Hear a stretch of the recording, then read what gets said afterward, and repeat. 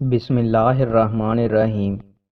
رسول اللہ صلی اللہ علیہ وآلہ وسلم نے ارشاد فرمایا رسول اللہ صلی اللہ علیہ وآلہ وسلم نے ارشاد فرمایا تم عورتوں سے صرف ان کے حسن و جمال کی وجہ سے شادی نہ کرو، کیونکہ حسن و جمال ختم ہونے والا ہے، اور نہ ہی ان کی مالداری کی وجہ سے شادی کرو، ممکن ہے یہ مالداری ان کو نافرمانی میں مبتلا کر دے، البتہ ان سے دینداری کی بنیاد پر شادی کرو۔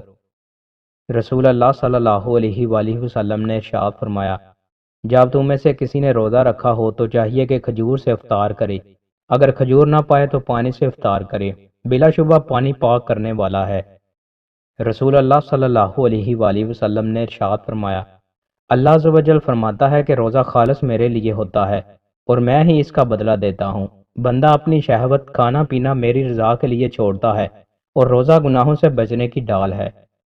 رسول اللہ صلی اللہ علیہ وآلہ وسلم نے ارشاد فرمایا کچھ لوگ ان گناہوں کی وجہ سے جو انہوں نے کیے ہوں گے آگ سے جلس جائیں گے، یہ ان کی سزا ہوگی، پھر اللہ اپنی رحمت سے انہیں جنت میں داخل کرے گا اور انہیں جہنمی کہا جائے گا۔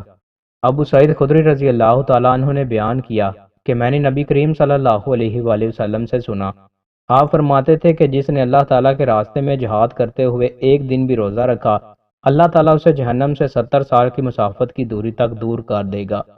رسول اللہ صلی اللہ علیہ وآلہ وسلم نے ارشاد فرمایا جس نے غصے پر قابو پا لیا اس حال میں کہ وہ اس کے کر گزرنے پر قادر تھا، تو اللہ تعالیٰ قیامت کے دن اس کو تمام مخلوق کے سامنے بلائے گا اور اختیار دے گا کہ وہ جس حور کو چاہے اپنے لیے چن لے۔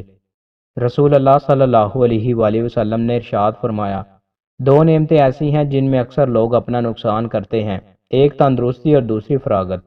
رسول اللہ صلی اللہ علیہ وآلہ وسلم نے ارشاد فرمایا اندھیرے میں چل کر مسجد کی طرف آنے والوں کو روز قیامت مکمل نور کی خوشخبری سنا دو۔ رسول اللہ صلی اللہ علیہ وآلہ وسلم نے ارشاد فرمایا 5 جانور ایسے ہیں جنہیں مارنے میں کوئی گناہ نہیں، کوا، چیل، چوہا، بچھو اور کاٹ کھانے والا کتا۔